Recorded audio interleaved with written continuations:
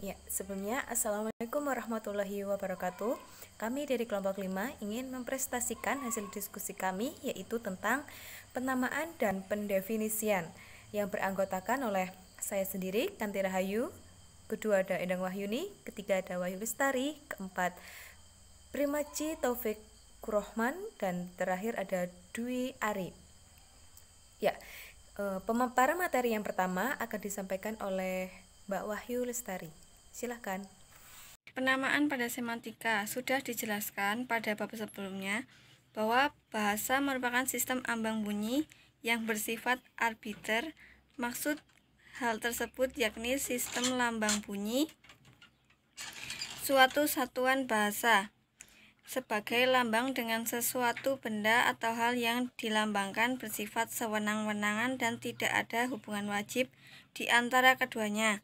Misalnya binatang berkaki dua, bersayap, dan berbulu, dan biasanya dapat terbang. Dalam bahasa Indonesia dinamai burung, sedangkan dalam bahasa Jawa dinamai manuk atau bird dalam bahasa Inggris. Meskipun bandanya sama, ternyata terdapat penamaan yang berbeda pada bahasa yang berbeda pula. Jelaslah bahwa pemberian nama tentang sesuatu bersifat arbiter dan merupakan soal konvensi atau berdasarkan kesepakatan masyarakat bahasa itu sendiri.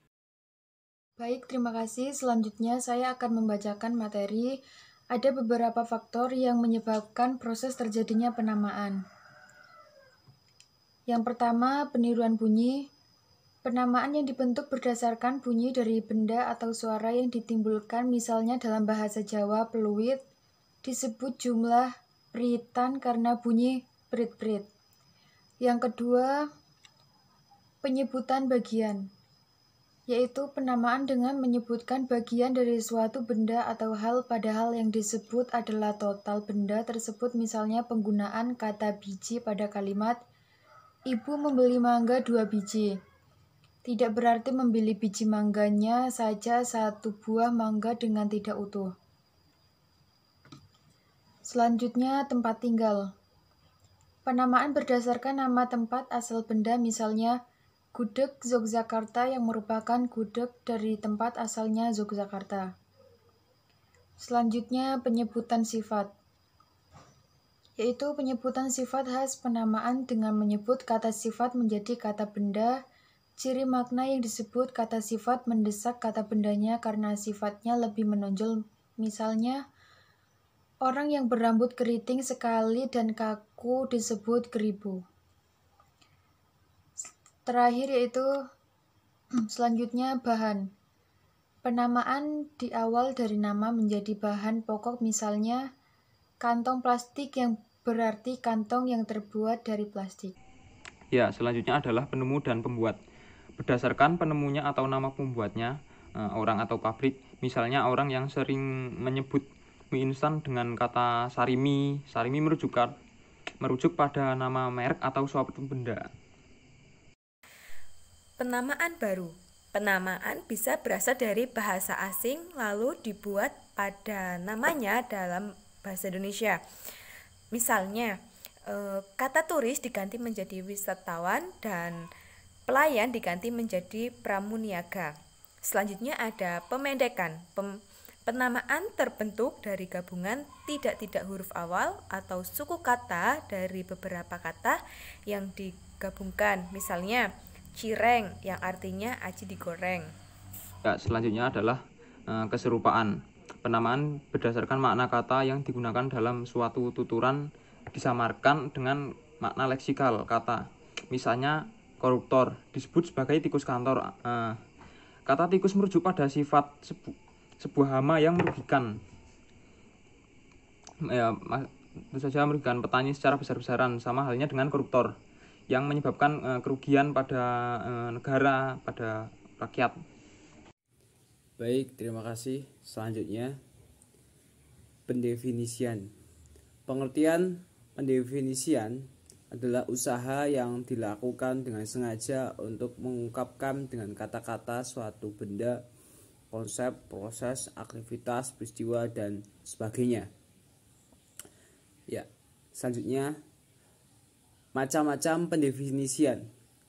Definisi sinonim ialah definisi yang rendah tingkat kejelasannya dengan contoh yaitu kata bapak, kata tinta, dan kata air. Definisi format adalah definisi yang mendefinisikan ciri. Lalu ke ciri khususnya ya.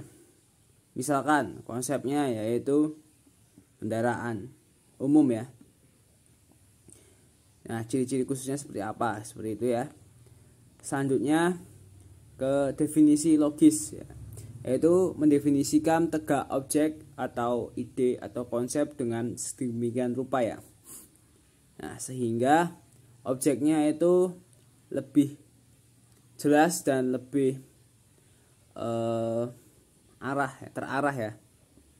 Nah, oke, contohnya adalah air, zat yang jatuh dari awan sebagai hujan mengalir sungai mengenangi danau ya, dan lain sebagainya. Definisi ensiklopedis ya ialah definisi yang lebih luas dari definisi logis. Sebab definisi ensiklopedis menerangkan secara lengkap dan jelas serta cermat akan segala sesuatu. Sampailah kita kepada kesimpulannya.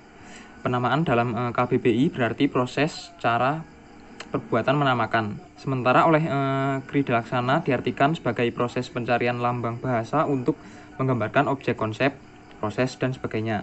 Biasanya dengan memanfaatkan perbendaharaan yang ada, di antara lain dengan perubahan-perubahan makna yang mungkin atau dengan penciptaan kata atau kelompok kata.